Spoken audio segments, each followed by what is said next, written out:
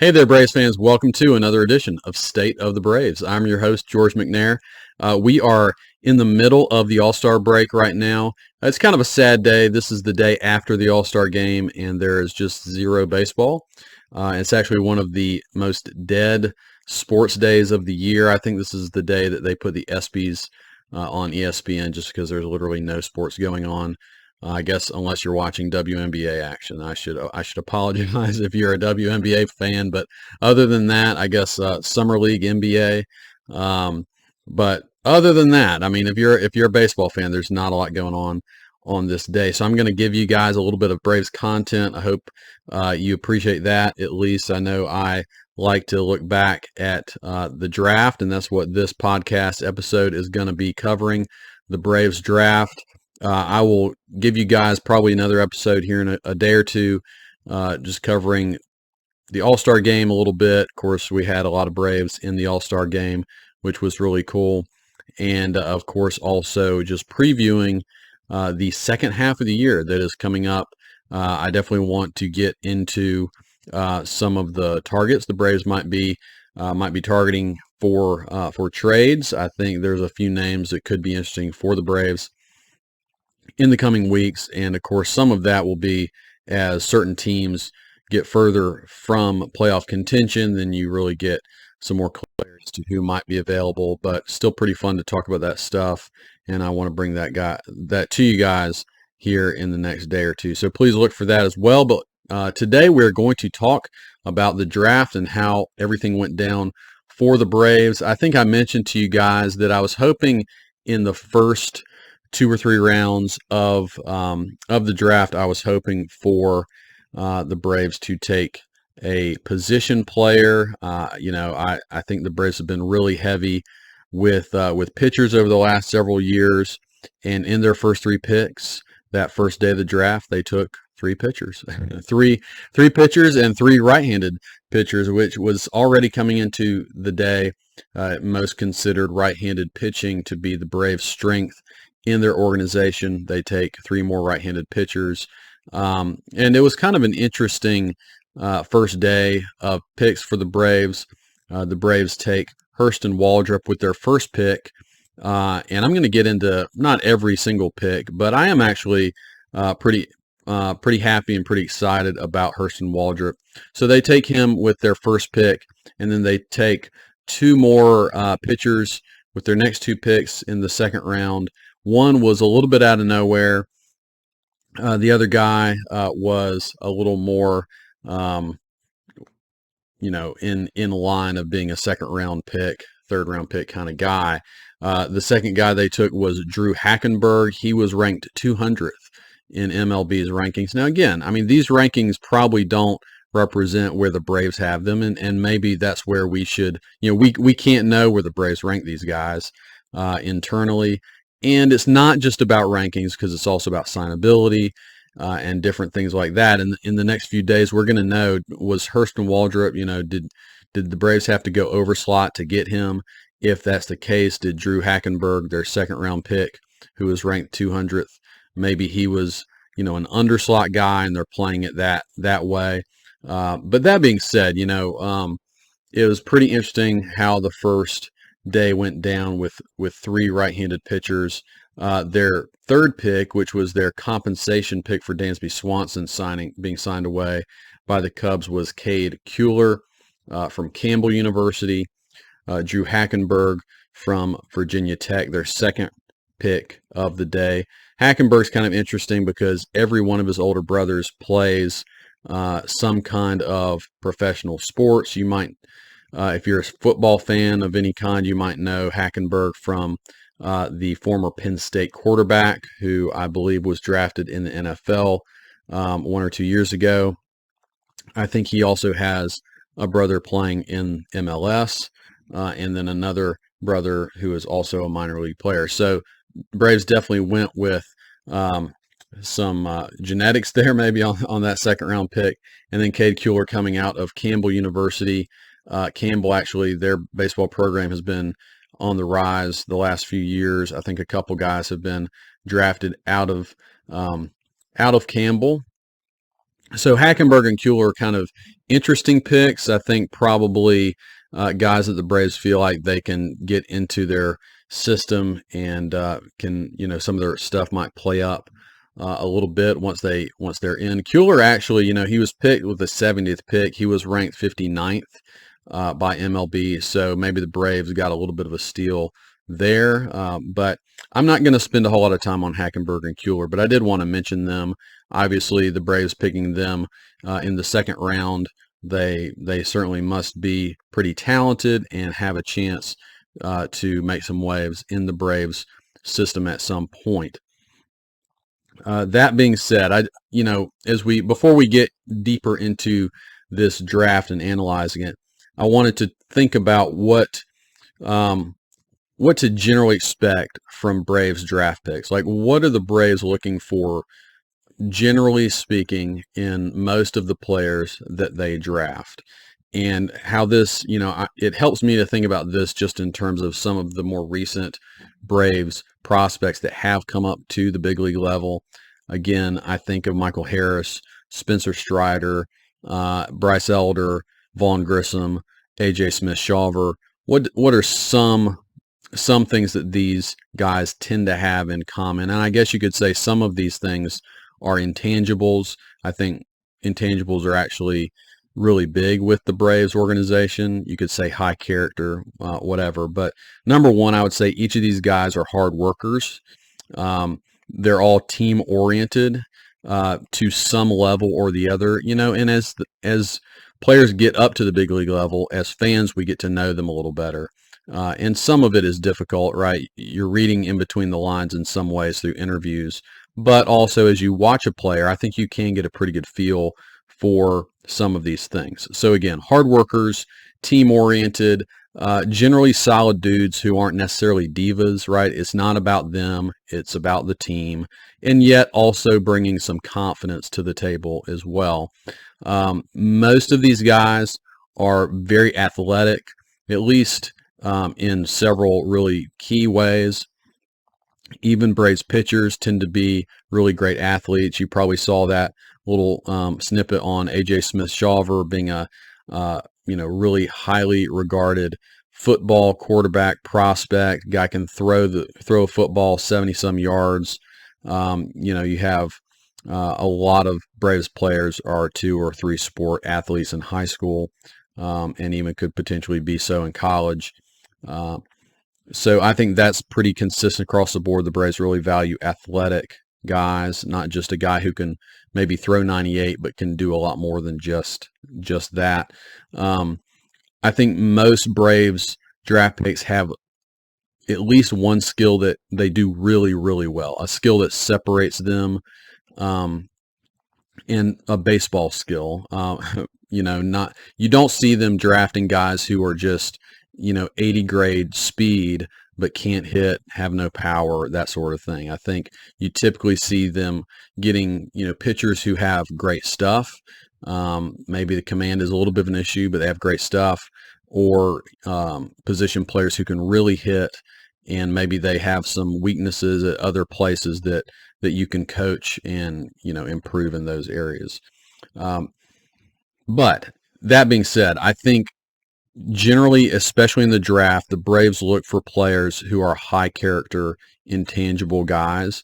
Obviously, those guys also have to be talented, but I also guarantee you that there are some really talented players in this draft that the Braves cross off their board before the draft ever starts. Players that the Braves would simply never consider drafting because they're self-focused. You could say selfish, you could say jerks, you could say whatever you want to say, but we know that people like that out there exist in every walk of life.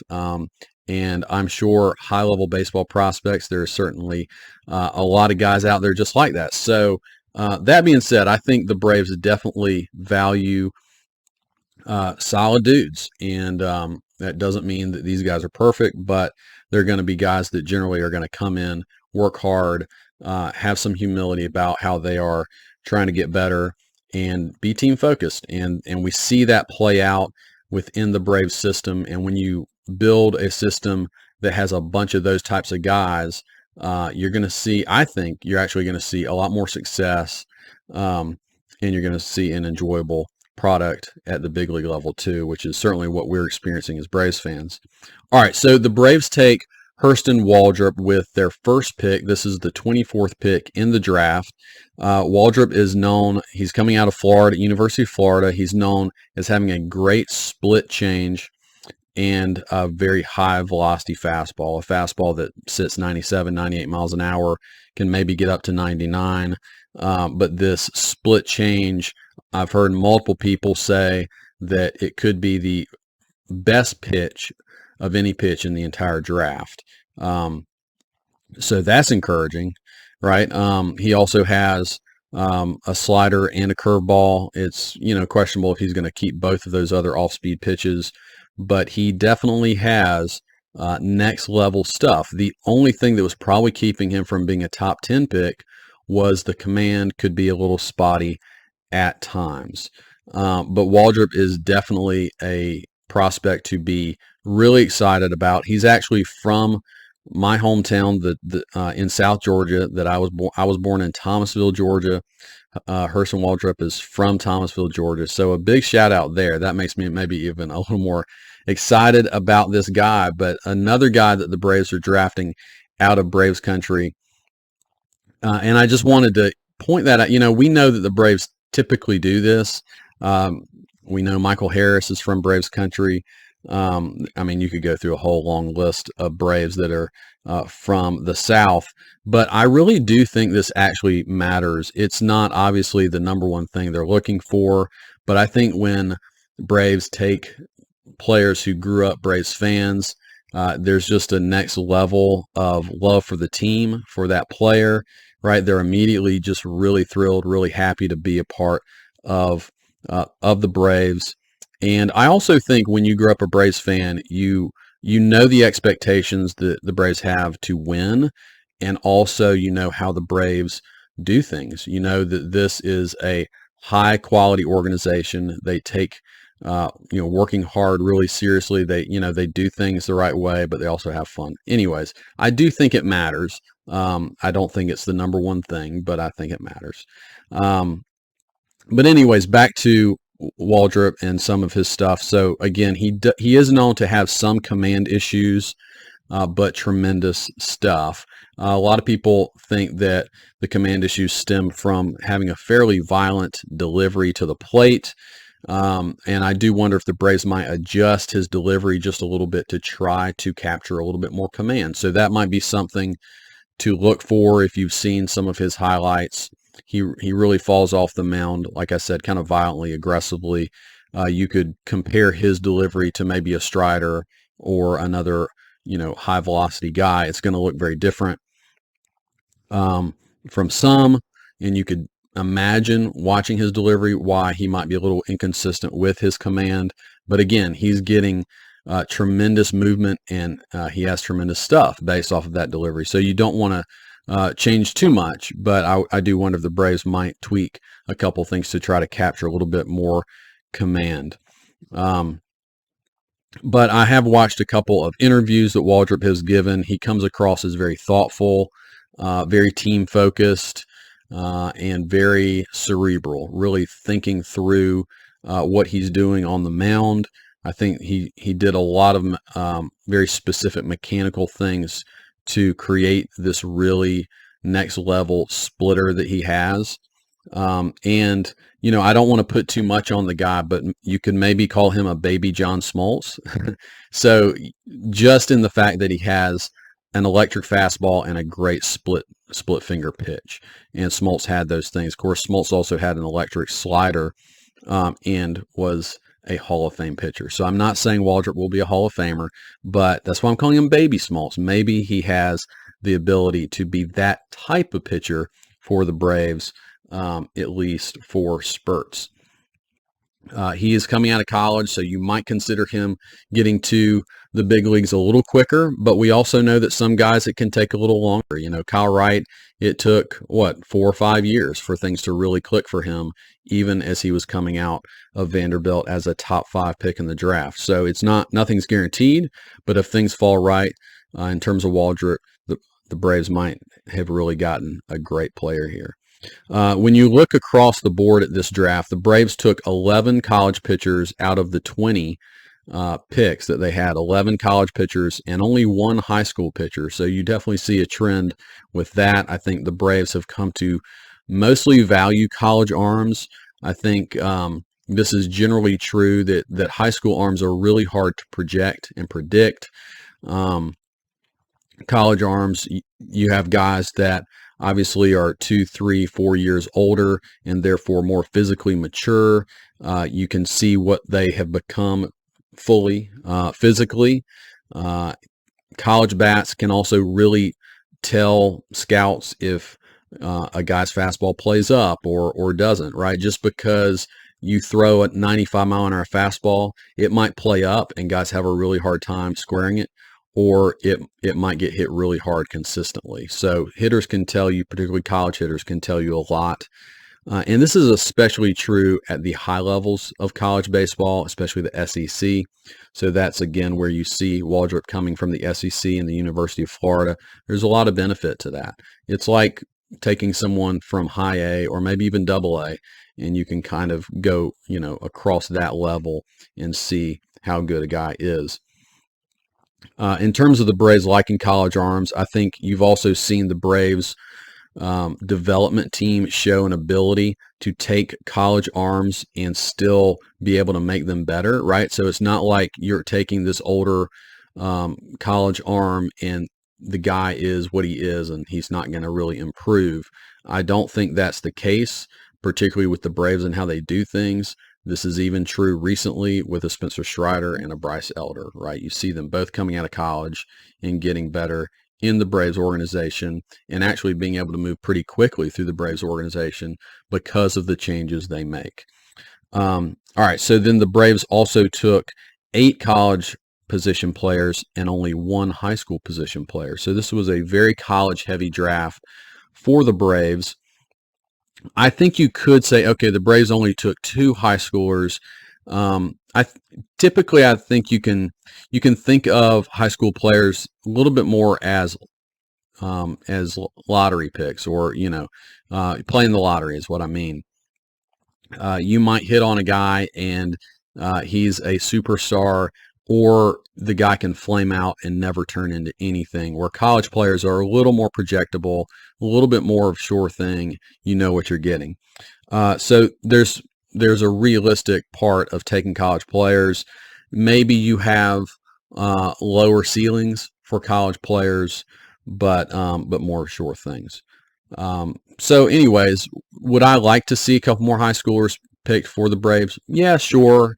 But I do understand what they're doing here, and I am still excited by several players that the Braves took. So again, only you have less position players being taken by the Braves. 8 college position players, 1 high school outfielder was taken. Only 2 position players were taken in the Braves' top 10 picks of the 10 rounds. I mean, the 3rd round and the 5th round is where the Braves took 2 position players. Most of the position players the Braves took, you could consider are like high hit tool kind of guys. I thought that this would be the type of player that the Braves would focus on, and it came true. Guys who can really hit. They might have some weaknesses in some of their other areas, but the Braves feel like they can get them in their system and improve those things. But again, it's hard to teach a guy to hit. Some of that, there is some of that you can do, but a lot of it, especially by the time you get to this stage, it's hard to teach a guy to be a great hitter. So you got some of these guys who might be weaker on defense, or maybe they haven't shown great power as of yet. But again, sometimes you can get these guys in a great Braves system, and some of those things will start to flash. You even saw this where, Michael Harris projecting to be a guy with power, but it didn't show up for a while. And actually, he came in with not a super high hit tool, and some of that progressed as well. But that being said, I think you've seen that with a lot of these guys this year in this draft, guys with high hit tools, and maybe some other things start to click and they become really true big league prospects.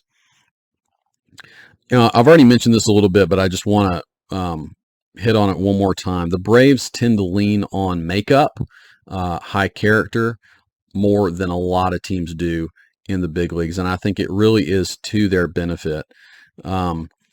You can just imagine how much more.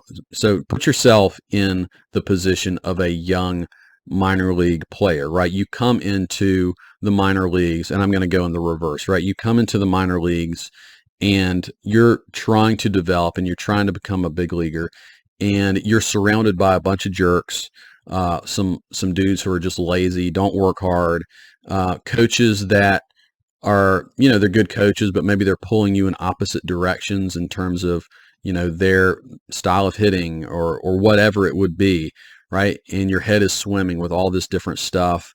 And basically there's a bunch of stuff you're trying to overcome within your organization just to be a major league player. And I really think what the Braves have done is create an environment in which it's just generally positive. It's generally supportive. It's an environment mostly of good dudes who work hard and coaches that are all pulling in the same direction, right? And so when you create that, you don't guarantee that everybody's going to turn into a big leaguer or a star, but you are encouraging more guys to pull in the same direction, and those diamonds in the rough, if you will, or whatever you want to use, metaphor you want to use, the cream of the crop rises, and it's more likely to rise in this kind of system that the Braves have created. So I just want to mention that one more time. I'm really impressed by what the Braves do in terms of that. They might not always pick the sexiest pick, the most talented guy, but generally speaking, I think the guys that they select in the draft have a lot to do in the minor leagues with some of these minor leaguers really becoming great players and great people who are going to be great players for a long time and not flame out because they're really talented, but they have no character, no work ethic, that sort of thing. All right, so now I want to go into my favorite picks of the Braves draft, or you could even just say these are players that I think are particularly important to watch and could really turn into something. Again, the first one is the first pick for the Braves, Hurston Waldrep, right-handed pitcher from Florida. Tremendous stuff with some command questions. If he improves that command, you probably have a top pitching prospect across all of baseball. So someone to certainly keep an eye out on and to be excited about. That splitter that he throws is really unique. It's actually become a pretty rare pitch in today's game. So if he can continue to hold on to that pitch, and it is elite, along with a fastball that he has better command of, so he can set up that pitch, he's certainly a player to be really excited about. All right, in the third round, the Braves selected Sabin Ceballos. Sorry, you might pronounce that Ceballos. He was actually a shortstop at Oregon. The Braves, when they announced him, selected him as a third baseman. And there's also some belief that if he's not able to stick at third, he would be a reasonable catching prospect. Part of that is because he's not overly quick or athletic. He actually has a really low grade in terms of his speed, but he has a solid glove and a really good arm generally. That being said, he has a strong hit tool.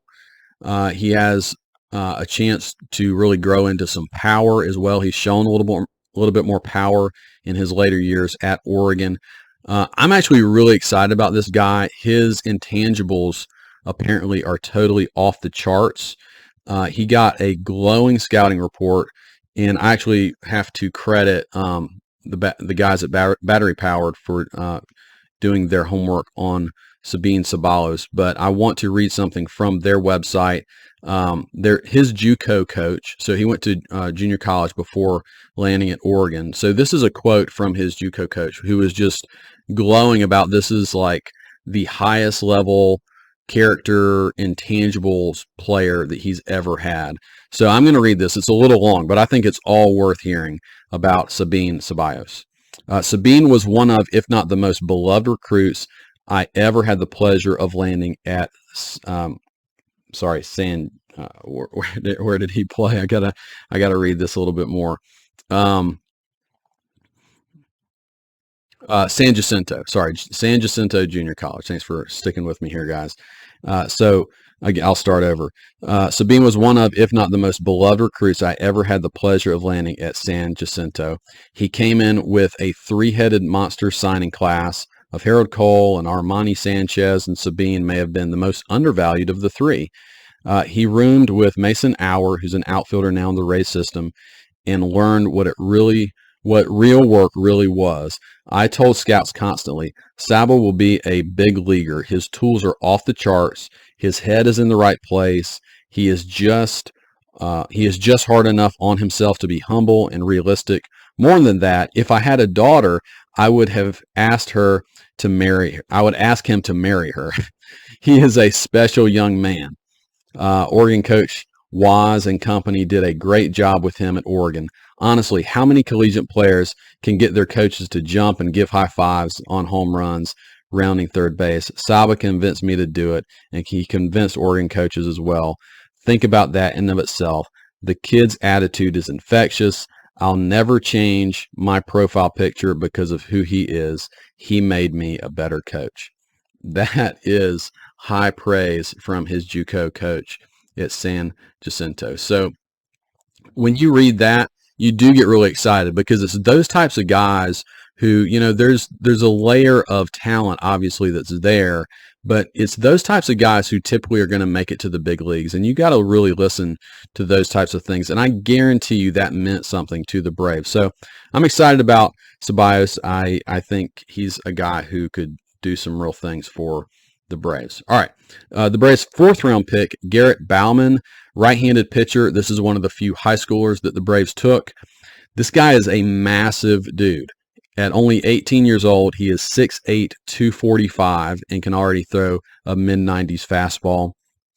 He is in many ways probably a blank slate, but an awesome physical foundation for them to work off of. He actually comes from Vaughn Grissom's high school.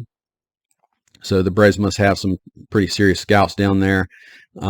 But probably a project, right? This is a guy that probably isn't going to show up to the big leagues anytime soon, but maybe maybe when he's 23, 24 years old, he's turned into something. But just a huge dude with a big arm, and I think this could be a guy that, I think this is one of the few guys that Braves took that, again, high school guy that is a big project, but maybe could really turn into something.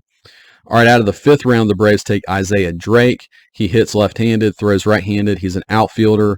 He's from North Atlanta High School. This is the other high schooler that the Braves took. A power speed combo guy. Right now, he's about 6 foot 180.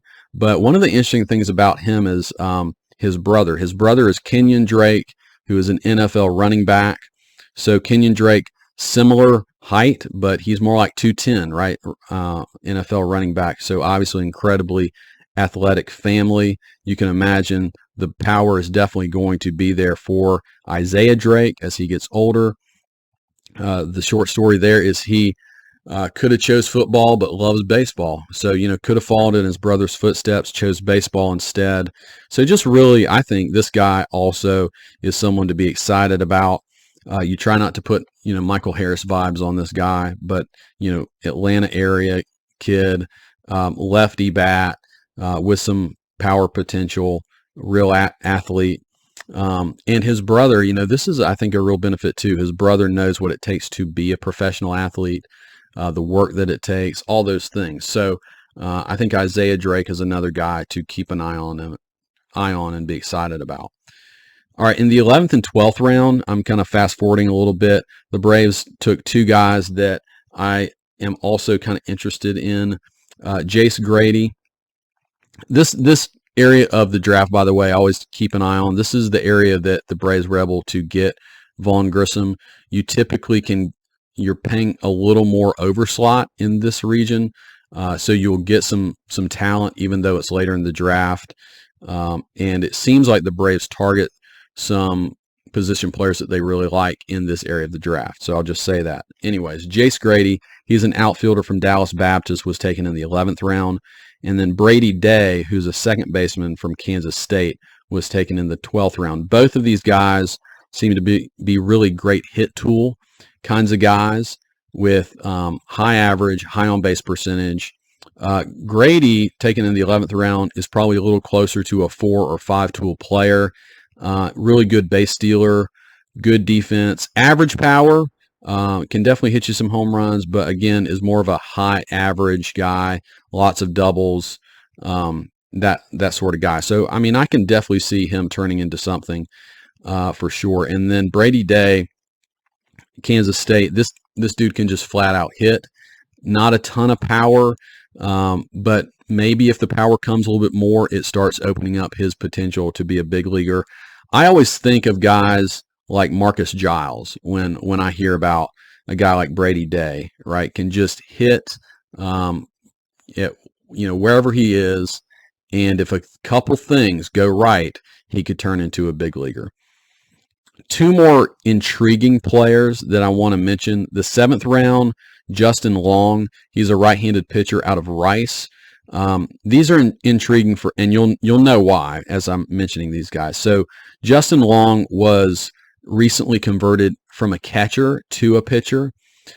He can already throw mid-90s as a fastball, so there's not a lot of track record the Braves can go off with this guy, but he has real arm talent. The Braves could take him. He's basically a blank slate, and the Braves could take him and mold him into a pitcher. So could be nothing. He may never do anything, or he could turn into something pretty exciting.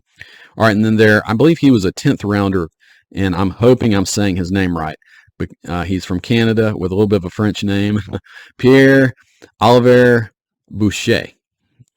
I can't see Boucher without thinking Bobby Boucher, Waterboy. So sorry. But anyways, Pierre-Olivier Boucher, outfielder from Canada. He actually went to Southern Illinois University. He's already 23, so he's very old for a guy being drafted in the Major League Draft. But he's very interesting because he recently gave up hockey to become a baseball player. So even though he's a little older, he hasn't been playing baseball consistently for a long time. So it does make me wonder. Here's a two sports type of athlete with a lot of ability, and Braves buying low on a guy that could become something. Good power speed combo in this guy. So just another interesting dude who would be kind of cool if he turned into something for the Braves. All right, so there's a lot of guys obviously I kind of glossed over or didn't talk about. Again, I really didn't talk about the Braves' second round pitchers very much, and there's a lot of talent in this draft that is worth diving into a little bit more and being excited about. But generally speaking, when I look at this draft for the Braves, I think it really does help to replenish the Braves system. We know the Braves system is lowly ranked at the moment, but I think this fills the lower levels of the Braves minor league system with a lot of solid players, and especially in terms of the position players that they took, a lot of solid hitters that could show some things at the lower minor league levels at least. We have a few high-level pitchers that the Braves took, and just some guys to dream on, and I think could really turn into something down the road. You've got, in terms of position players, a lot of high hit tool guys. All these players, I think, come across as high character, hardworking guys that really fit that mold of what the Braves look for that I mentioned earlier. Most of these pitchers, they might have some warts and wrinkles, but they all seem to have really good stuff that the Braves are hoping to get into their development program and hopefully can mold into some really good pitchers, and maybe some guys with some unrealized potential that in this Braves minor league system that is known to be one of the best in baseball to develop players, you get a few diamonds in the rough that could really turn into some great players for you. Just as a reminder, the Braves now also get to play in the international signing pool, and it's likely that a lot more position players can come from that. So I do think the Braves tend to build up their pitching staff a little bit more, their pitching depth, through the big league draft. and a little bit more on the position player side of things through the international draft. So don't forget that. This isn't the only way that the Braves can build their farm system. And, it's exciting to think about. We could have some minor leaguers going out of the system as the trade deadline is approaching. But we'll obviously have to just wait and see on that one. All right, guys. Well, I hope you enjoyed this edition of State of the Braves. It's always fun to talk prospects and the Braves draft. And hopefully some of these guys turn into some great Braves in the future. We wish them all well. I will talk to you guys soon. See you.